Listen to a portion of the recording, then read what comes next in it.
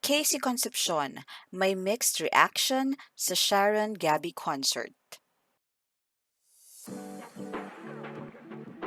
In-interview nga kamakailan ang nag-iisang anak ni na Sharon Cuneta at Gabby Concepcion kung ano ang reaksyon nito sa paparating na concert ng mga magulang.